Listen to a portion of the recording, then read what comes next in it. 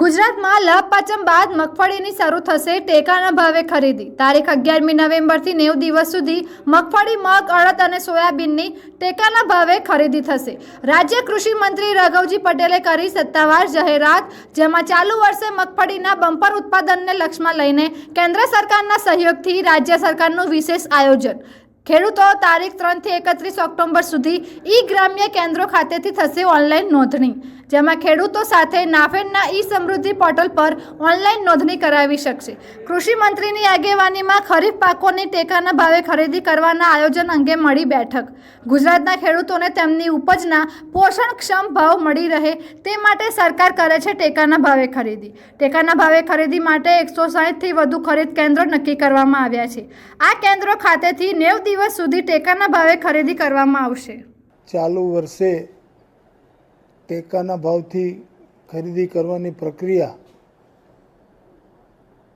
તારીખ 3 ઓક્ટોબરથી 31 ઓક્ટોબર સુધી ઓનલાઈન નોંધણી કરી અને લાભ પાંચમથી ટેકાના ભાવે ખરીદી શરૂ કરવાનો સરકારે નિર્ણય કર્યો છે। વિવિધ જણસીઓ જેવી કે મગફળી, સોયાબીન, અડદ, મગ જેવી વસ્તુઓની સરકાર ખરીદી પૂરતા પ્રમાણમાં કરશે।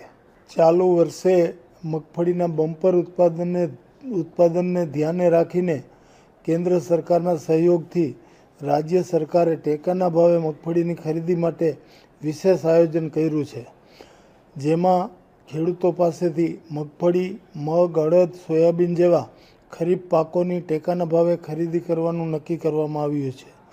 લાભ પાંચમથી ટેકાના ભાવે ખરીદી શરૂ થશે, જે 90 દિવસ સુધી ચાલશે। વાવેતર વિસ્તારને ધ્યાનમાં રાખીને કેન્દ્રીય નોડલ એજન્સી દ્વારા રાજ્યના 160થી વધુ ખરીદ કેન્દ્રો ખાતેથી ટેકાના ભાવે ખરીદી કરવામાં આવશે। વેચાણ કરવા ઈચ્છુક ખેડૂતો આગામી તારીખ 3 થી 31 ઓક્ટોબર સુધી ઓનલાઈન નોંધણી કરાવી શકશે। ગત વર્ષે ગુજરાતના 61,000થી વધુ લાભાર્થી ખેડૂતો પાસેથી ₹671 કરોડથી વધુ કિંમતના 1,18,000 મેટ્રિક ટન જથ્થાની ખરીદી ટેકાના ભાવે વિવિધ જણસીઓની કરવામાં આવેલ હતી।